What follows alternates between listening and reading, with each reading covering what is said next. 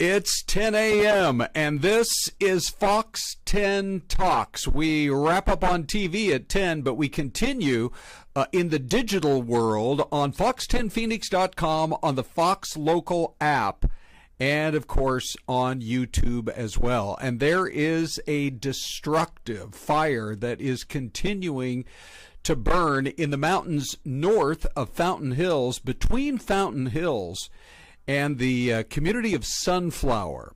And the main highway between Payson and Phoenix remains closed for another day. The Sandstone fire, it does look like the winds are blowing the fire somewhat in the northerly direction, which if it were to continue to head north, could move it more in the direction of Sunflower, that community with homes and ranches not far from Mount Ord. So what is the latest in the firefight? We are going to get that to you this morning.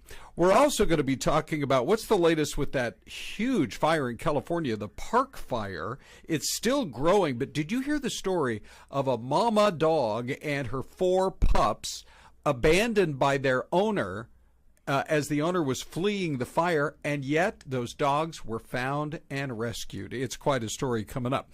And also, after years of denials from Mom, does it turn out she actually really does have a favorite? We're going to dig into that story as well. But let's get going with the big story of the morning, which, of course, is the Sandstone fire. And we're going to talk just a little bit about it here because Stefan Lasky joins us with the latest on the fire. Which, Stefan, let me start with this. By the way, he's the PIO with Southwest Area Incident Management Team 4. Stefan, are we still at 0% containment? Can you give us the latest kind of nuts and bolts?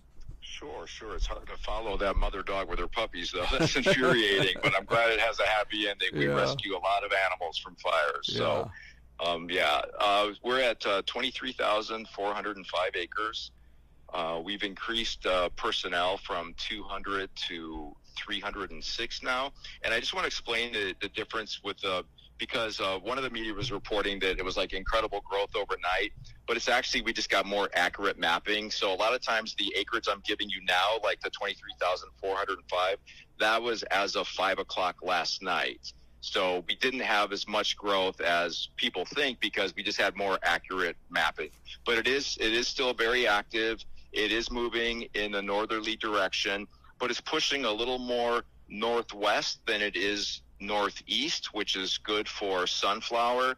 We do have our structure protection team in there, putting in hose lines, hydrants, sprinklers, that sort of thing, and kind of predetermining their strategy up there. They're still on set status. We're still burning along Highway 87, and I want to remind people to stay out of that area. And actually, we had some folks going up to the Bartlett Reservoir on the west side of the fire. If you absolutely have an itch that you got to scratch, we recommend you still stay out of there. But you do get a much better view of the fire from the west side of Lake Bartlett. Yeah, and it's interesting because Bartlett, that area has actually already been hit with 2 fires so far this season. This is the 3rd. And we do believe, is my reporting on this correct, that it's more likely not a man-caused fire, but could have been related to the lightning we had recently? Yeah, we know we had a big lightning bust, and this started around the 25th, which would coincide with that. I don't think they've officially determined a cause like that, but obviously we're looking at that closely. Right. Because there's also 2 other fires that are 10 miles north of us, the Deer and the Davenport, and they all popped up around the same time. Now, before you became a PIO with incident management, you spent several years as a firefighter right there on the lines. What are the things that your experience tells you we should be maybe most concerned about? Would it be the winds at this point? Would it be part of the behavior of the fire? I find kind of fascinating in that it continued to burn last night well past midnight. I believe you said more like 2 or 3 in the morning, which is a little unusual. Correct. And just a correction, I've got 40 years as a firefighter prior to this. This is my victory lap. But so it's what we're finding is, and now we've been having about 25 to 29% humidity at night. Now we found out today it's going to go down to 20 to 24%. So we were still getting movement until 3 a.m. with the higher humidities. So 20% humidity is kind of that benchmark where if it gets below that, you see a more significant increase in fire activity. So we're watching that closely. We do have fires out there, though, overnight. The big thing we're facing as firefighters, quite honestly, is the heat. I mean, it's for crews being out there, we have to keep them hydrated. We have to keep them cool. That's a big concern. Also, just with these hot, dry temperatures with no rain forecasted, it's going to keep pushing the fire further north. We do have a slight chance of thunder showers tomorrow, but with thunder, you have lightning. So it depends on where the rain is, where the thunder and lightning is. It could make it worse. It could make it better. I drove up the highway Saturday and then drove back down Sunday. And as a matter of fact, I think I cleared by about an hour or two until they shut down the Beeline Highway. But what's your focus there? What are you doing? How important is that corridor, the Beeline Highway? And what are you doing to try to keep it from getting directly to the highway? Sure. So we're burning along the highway right now. That's why we've got a closure. You can still head northbound on it. You just can't come southbound on it. So it creates a big drive around. I recommend people contact Arizona Department of Transportation because that could be changing. You know, it could open up. It could close down completely. So before they plan a trip to the area, definitely go to that website. And so crews have been burning along there the last few days, creating a buffer zone should the fire push east, that it'll run into our burn and will go out before it hits the highway. So that's why they're along there burning. That's why we're asking people to stay out of there. That's why we have the road closure. It's because there's active fire along that edge, but it's our fire, low intensity fire. So in case, like I say, if the fire does go east, it'll hit our burn and it'll slow it down. We've also got helicopters going. We've got 3 heavies. And we just found out an hour ago, breaking news for you, that we've got 2 scoopers coming for the next 3 days. They're going to be arriving this afternoon. And they skim along the surface of the water, the Bartlett Reservoir. They're going to be scooping up the water while they're flying. And then they make a really fast turnaround, dumping it on the fire. They can carry up to 13 gallons of water under ideal conditions. So that's a pretty good visual. How much water can they carry? About 1,350. It depends on the elevation and the temperature. So sometimes they do less. That's the optimum condition. But we've got 2 of them here for 3 days, and it's a pretty spectacular sight. Right. Plus, you're increasing the actual manpower on the fire from 200 to a little above 300. Wish you guys the best here in getting this thing knocked down and doing it in some very hot temps. Stefan, we appreciate your time. Hey, thanks for covering us. We really appreciate you getting the message out. You bet. All right. Celeste joins as well this morning. Hi, Celeste. What a great job they're doing out there. I know it's still 0% containment on that fire, but I don't know if Stefan shared this with you. We chatted with him live on the air earlier this morning, and he said he used to be a helicopter pilot in the air, and so he really knows firsthand what it takes to really work the fire line, and so they have a good, strong team out there. He did want me to point out that he has 40 years of firefighting experience. He's just had this desk job now for the last couple of years, but he's great in terms of really giving us where we stand right now. Of course, we're all concerned about Sunflower. If it's only 2 miles away from Sunflower, it's not really even a city or a town. It's just a community of homes and ranches. People, I think, maybe move up there to get away from the city and have a little bit more of a relaxed, laid-back lifestyle. And you just hope that they can, that the fire lines that they are setting right now will hold. I'm so glad you had him on, Ron, because I think that's what the beauty of this Fox 10 Talks is, the show after the show, is that we can chat with him a lot longer about what's happening there along the Beeline Highway. We only had, 2.5, 3 minutes with him on the air, but you had the pleasure of doing that, getting more information. Yeah, you guys did a great job of that. Let's talk about the other fire. I mean, the pictures they're really stunning. This is the Park Fire over in California. Here's the very latest. It is now the 6th largest wildfire in the history of California, and they've had some bad ones over the years. It's 370,000 acres. They are making some progress against it, but about 100 buildings have been destroyed. Many of those are homes. So they are up to 12% containment. The aerial bombardment with the slurry that they are able to bring in, it's so impressive the way these guys work. I mean, you were really kind of flying in the face of danger. You know, you're going through these rugged mountains and you're carrying that huge payload, and you go back again and again to try to get the job done. Well, what we heard this morning was that it started with a gentleman who had left his car, right, in the middle of a... Yes. And he admitted to it. He said he got scared when it started. And it goes to show you how something so small can turn into something so big. Oh, for goodness sakes, that's so true. With the dry brush that we have in that part of California. And, you know, we haven't even talked about this yet, but there is a beautiful town in Canada where a fire hit. Now, about 5 or 6 days ago in Jasper, which is the big national park north of Banff and Lake Louise. I was just up there on vacation a couple of years ago. It's so beautiful. My first time there since I was a little kid. And we went on a family vacation. And I believe they said that close to 20 to 30% of the entire city burned to the ground. Just awful. Oh, it is so awful. So there is one good story to come out of the park fire in California, and it is incredible. There were some dogs. There's a mama dog. She's the last in the bunch right there, and she's watching over her brood. She is, and her 4 puppies, all rescued from that fire. So it was a member of the Butte County Sheriff Search Team, and here's the way the story is told, is that their owner left them behind, but it was because his truck broke down.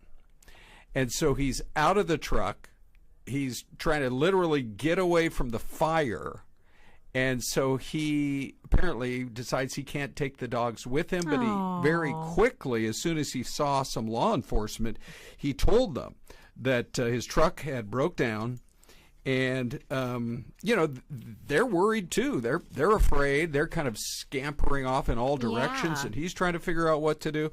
Well, let's credit great law enforcement there. As soon as they could get access back up into the burn area, they had a search and rescue team, and sure enough, they found all 4 of those puppies alive. Yes. Oh, my gosh, it almost gives me goosebumps. Great. And there's Mama dog as well. There was a report that the father, the daddy dog, did not make it, but the fact that all of those puppies did and will, be headed off to a long, happy life is just really great.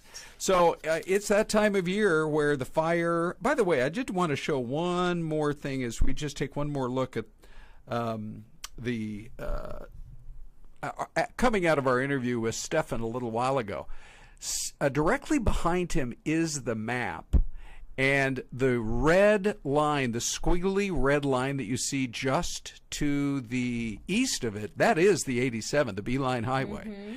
And it is really burning up close to that highway, and it's got to hold. It has got to hold there. Yeah, well, he said they were doing some backburns. Yep. So we saw it yesterday. Right. You had that great image of the backburns that you shot, the pictures that you took. Yeah. And he said those backburns are so important because, of course, when the fire, the actual fire that's burning, burns in the direction of the backfire, the backfire has already burned through. It's almost like a prescribed burn, so to say. Right. Yeah. And then there's no fuel. And it's got to hold. It just has to. Same for sunflower. We'll take a quick break for our partner.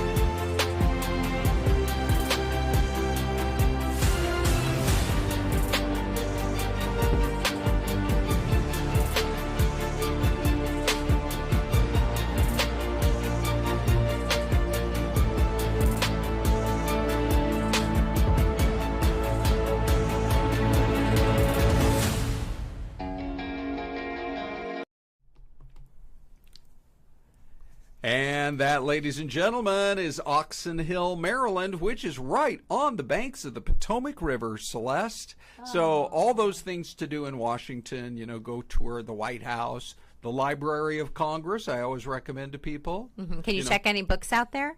Sure. You know, Thomas Jefferson's entire collection of books, which is in the thousands, is there inside the Library of Congress. I bet he read all of them, too. I bet he did. And I'm sure if you ask the librarian there, hey, can I borrow a couple of Tom's old books? She'll say, sure, check it out. Just be gentle with them. You know, if you want to head there, too, this is one of the locations I heard on a podcast this morning. Southwest is starting those red-eye flights. Oh, yeah. And they're flying to Baltimore. Phoenix direct to Baltimore. Really? I love that airport, by the way. It's a lot less crowded than Reagan National and Dulles. Right. So BWI, that's worth checking into for sure. By the way, that live picture right there, believe it or not, you are 5 miles away from Joint Base Andrews. Ooh, okay. Just so it's right on the edge. If that camera panned a little bit more to the right, I think you could probably see the White House. It's all right there. So Celeste and I were just talking in the break. We love this story, and she loves it even more than I do. That if life is ever discovered on Mars, you'll be able to thank the scientist at Arizona State University. This Sun Devil is proud. Yes. Here's the story in a nutshell. There's been a lot of buzz about a recent sample collected on the red planet, and the team tasked with finding how to get those samples home and then start studying them, led by scientists at Arizona State. The thinking is that they could have some traits that would hold clues to whether Mars was once home to life. Wow. Yeah. I mean, where did all the Martians go, Celeste? I think they came to Earth. Mars was too hot. They came to Earth and they morphed into who? I think they are among us, Ron, and they disguise themselves very well. Yeah, there you go. If you run into somebody who just seems a little off, maybe they're a relative or a descendant of Martians. Yeah, maybe old Uncle Tom. I don't know. All right, so anyway, they're looking for the presence or the proof of organics and the possibility of chemical reactions that could provide energy source for microbial life. And the team at ASU said that we're going to pull apart these rocks grain by grain, study them at the highest resolution possible, and tell if there is evidence of microbial life. So it would be so cool if in our lifetime they could actually prove that that's the case. And it's going to be sturdy, too. If they find life, it's sturdy. Because imagine, like, life under those types of conditions. Yeah, no so kidding. Hot. Right? Is there water? I think there's a little bit of water somewhere up there, I thought. I think they have found evidence of that. Yeah. Right. So then that would be the way it was going to work. So anyway, let's just talk about this whole story about, are you Mom's favorite? Moms around the world, if they're ever asked that question, will say, honey, you know I don't play favorites. I do not play favorites. Yeah. Now this is where unless yes. you talk back. You're at the bottom of my list. You can occasionally move into the doghouse. Yes. But then you can get yourself out. You can, by doing your chores. Okay. So anyway, yeah, the story goes like this. Oh, there's Mars. There's Mom. I don't want to get those two confused. That there's a new survey that says 40% of people do believe that their mother does have a favorite child despite years of denials. Yeah. Right? All moms deny that. Yeah, we all deny it. I do not have a favorite. No. Yeah. We should go look at the YouTube comments. If your mom has ever admitted that, yes, honey, I do have a favorite and it's not you. There's one college football coach who said he has a favorite child. And it depends on the week. Okay, now, so who is this? Do you remember? Boulder, Colorado. Okay. Oh, Deion Sanders? Yes. Really? Yes. Okay. So he says he does have a favorite child, and it depends on the week.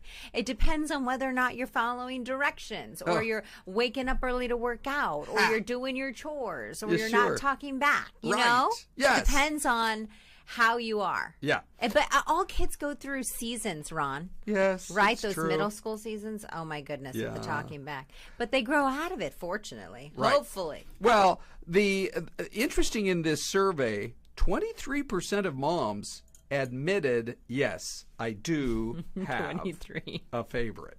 So, it's just kind of interesting, the fact that some moms, about a quarter of all moms, admit it's true. And the expert said the way you can know for sure if mom has favorites, who has more photos up? Not that you should do this, but if you meander through mom's house and you notice, gosh, she's got a lot more pictures of, my little sister or my older brother, then you would know. Also, just for fun, maybe ask mom what her passwords are. Because a lot of moms and grandmas use their kids or grandkids' names as their password. They do, and they're like, hey. Yeah. So my youngest daughter, she put, you can change the screensaver on your phone. Oh, really? And so, and so my youngest put this on my phone. Ron, take a look at this. Okay. Oh, hold on. Let me. Can we show the audience? Let me show. Here we go. So our youngest put this. Yes. On the photo, and it popped up like she did it on her own. She was like on my phone, I love it, without me knowing. Yeah. And then my oldest daughter was like, "Why is she on your phone?" And see. now Sibling I know rivalry. It means more than you think initially, right? So that means she's your favorite this week. This week, right? Yeah. And then you'll rotate. Yeah, every Friday it rotates. It's like you better watch it. All right. What about when it comes to celebrities, we need to talk a little bit about Oprah because there's one thing she refuses to call herself. Yes. And that is old. And why should she? Because not only does she look great, you know her age, correct? Yes. 70. Yeah. And she says, this was a recent interview, that she rejects the concept of seeing age as a negative trait. I never refer to myself as old. I hear a lot of people saying that. I don't even think of myself that way. She said she did notice that about the time she turned 60, instead of, people calling her just Oprah or Miss Winfrey or whatever, that people would start calling her ma'am. Oh. I had a guy this weekend call me sir. You're like, can you wait till I'm 70, please? Correct. Yeah. Hey, and I almost wanted to pick a fight with him. I'm not a sir. I'm just the hooner. Hello. Yeah. But it's really interesting because, the concept of aging and being quote unquote old has changed a lot. I was reading one expert who said 100 years ago, you would be old or feel old for women, at least in your late 40s. Well, yeah. And now it's more like 65 to 70. Remember what it was like early on in this career? Yes. I remember it was like if you were a woman, your days were numbered. Oh, yes. Right? Because it would, quote unquote, the idea was that people thought we would age out of this job. Yeah. But for men, you would look at like a Tom Brokaw or, and you would go, oh, any man. other older guys in Indonesia? Ron Hoon. Thank you very much. Oh, I used the old word. I know. No. I meant wiser, more mature. But you'd think you don't have an expiration date in this business because you're a man and you seem to be more mature and have more wisdom as you age. Well, but for women in this business, we were always judged on how we looked at first. Right. But Oprah's best friend Gail Yep. was at, she received a Walter Cronkite Luncheon Award last year. Right. And I went to the luncheon and she said something that stuck out to me. And she said her age. She's about the same age as Oprah. Yeah. And she said, I'm not ready to retire. I'm enjoying my life now. And I think she's 69. Yeah, she is. Right? Yeah, because it was a couple of years ago. Yeah. So I thought, you know what? Women, we can be in this job as long as we want. As long as we are constantly learning, constantly working, we're wiser. Yes. And Ron? Every passing year, we get way smarter. So don't even think about me leaving. I'm in here for the long haul. Yeah, that's for sure. You know who really broke the mold on that was an anchor woman in Seattle. She worked well into her 70s. And I remember as a kid watching her anchor the news for King 5 in Seattle, Jean Enerson. Was this the woman who had cancer? No. That was a different anchor in Seattle. That was a different anchor, and she did pass. Yeah. Her name was Kathy Gertzen. She was amazing. She made a name for herself in that city, too. Yeah, she did. And Jean Enerson, she works well into her 70s, and she was a legend. That's awesome. Hey, let's just real quick see if we can work this story in about the Chipotle getting into the lipstick and beauty business. Okay, this sounds like crazy. Yeah. I don't want to be smelling like onions and salsa. Well, I know, Celeste, right? But they're releasing a guac-proof lip stain. It's a peelable, and they call this is great. Do you know what they've named it? No. Instead of it's coming from Chipotle, they're calling it Lipotle. Oh my gosh, that's Isn't actually that kind of cute. Yeah. So the thing is, once the stain is peeled off, there's the before. Are you about ready for the after? I'm ready. Going to do the big reveal here. When it comes to the after, when it's peeled off, they say it kind of plumps up the lips and makes them look great. And here is the after. Oh. How fantastic, right? Wow, that is cool. You better not mess up the lip line. Yeah, no, right. And the only problem is I think it's running $29 online. Too much. Which, to me, you could just buy. Don't they sell their guac for about $2? Yes. Okay, there you go. That's all you need, right? Just stick the guac on your lips. We don't recommend that kind of experimentation. Although it is delicious. Yeah. Anyway, that's the first time we've had one of the great fast casual restaurants get into the beauty biz. Quite hilarious. Let's go to the mystery cam, Celeste. Ooh. And wait. Oh, I was gonna say New York City with that one, right? Oh, no, I think it was Chicago. Oh, was it really? Yeah, because I saw the Hancock Tower off there in the distance. I would have lost. You would have lost. I threw Dino for a loop. Sorry, Dino. That one's on me. We had one more story we were going to do out of Chicago, but we ran out of time. Where is this beautiful mountainous town, do you think? They got a nice hotel. Some Mystery freeways. Kim. I'm going to go North Carolina. Okay, so Celeste has... I'm always going to the Carolinas. Celeste has a North Carolina. Is that your everyday guess, Celeste, or how does that work exactly? I don't know. It just looks like it. Yeah. Well, first of all, let me put this... No, wait. Oh, there we go. Okay, there's the mystery cam. Thank you for that. North Carolina. Celeste, that's actually a really good guess. That looks like it could very well be a North Carolina. So I'm going to go over into Tennessee.